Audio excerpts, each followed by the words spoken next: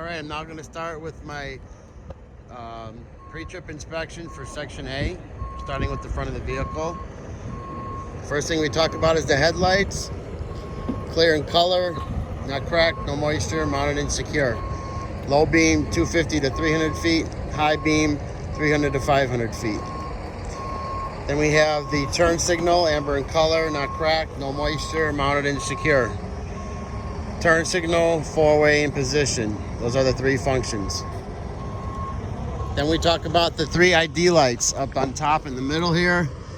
Those identify the width of the vehicle of 8 feet wide. They should be amber in color, not cracked, no moisture, mounted and secure, working properly. Then on each end we have the two clearance lights. They should be amber in color, not cracked, no moisture, mounted and secure, working properly. They identify the height of the vehicle of 13.6.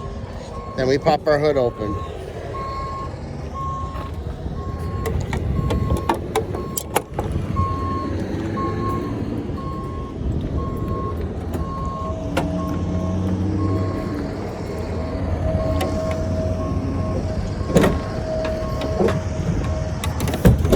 Private. All right, first thing we want to talk about, power steering reservoir, mounted and secured, not cracked or leaking, hoses and clamps on tight, cap on tight, filled to the maximum level. Then we want to talk about our oil dipstick back here, mounted and secured, not cracked or leaking, filled to the maximum level, no less than the minimum. Next, we want to talk about a coolant reservoir, mounted and secured, not cracked or leaking, hoses and clamps on tight, cap on tight. Are you okay? Can I get you? Cap on tight, filled to the maximum level. Then we want to talk about our alternator, mounted and secured, no missing nuts or bolts. Wire harness, mounted and secured, no missing nuts or bolts. Charging at 14 plus volts, belt driven. Then we want to talk about the water pump. Right there, mounted and secured, not cracked or leaking, gear driven. That's all we talk about on this side of the vehicle.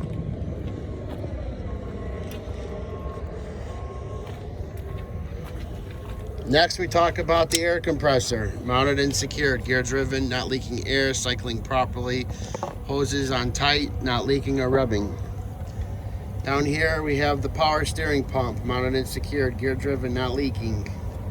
Then we have the belt, mounted and secured, not dry rotted, cracked or missing, no more than 3/4 inch play.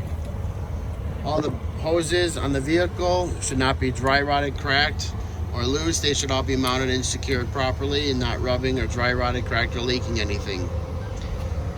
Then we have our suspension. We start with the frame, no illegal welds, cracks, cuts, holes, or physical damage to the frame.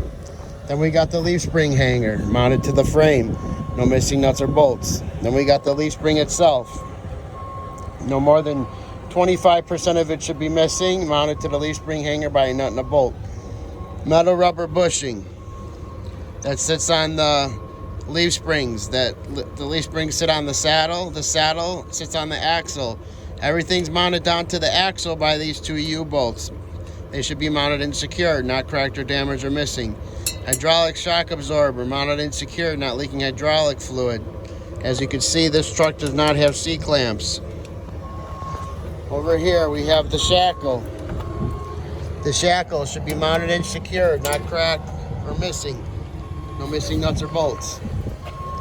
Now we have the steering system starting from the firewall. We have the U-joints mounted and secured, properly greased. They should not have any play. Then the steering shaft comes down to the yoke right here, properly greased. Steering shaft comes down some more, down to more U-joints, properly greased, mounted and secured, no play, and mounted to the steering gearbox. Steering gearbox mounted to the frame, no missing nuts or bolts.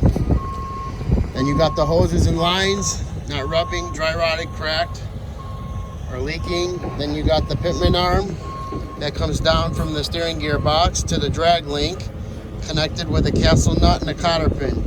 The drag link should not be bent or damaged, and mounted to the steering ring knuckle with a castle nut and a cotter pin.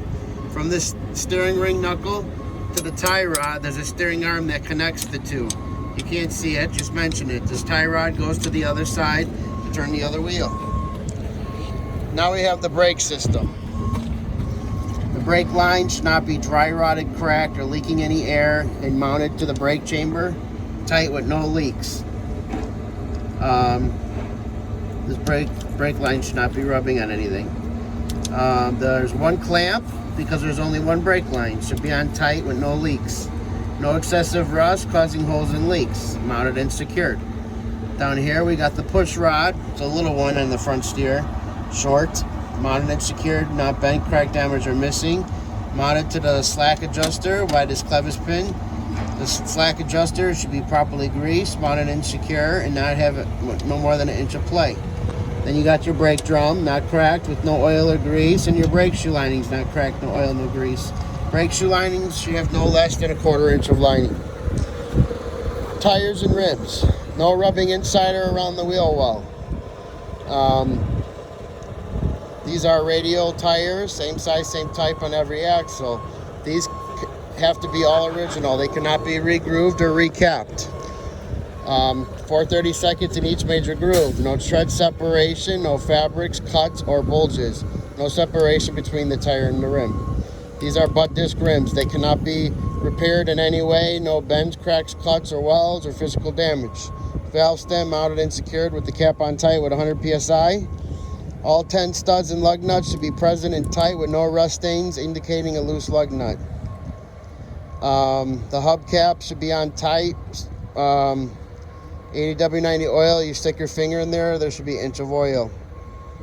Not dry rotted, cracked, or leaking. That's section A.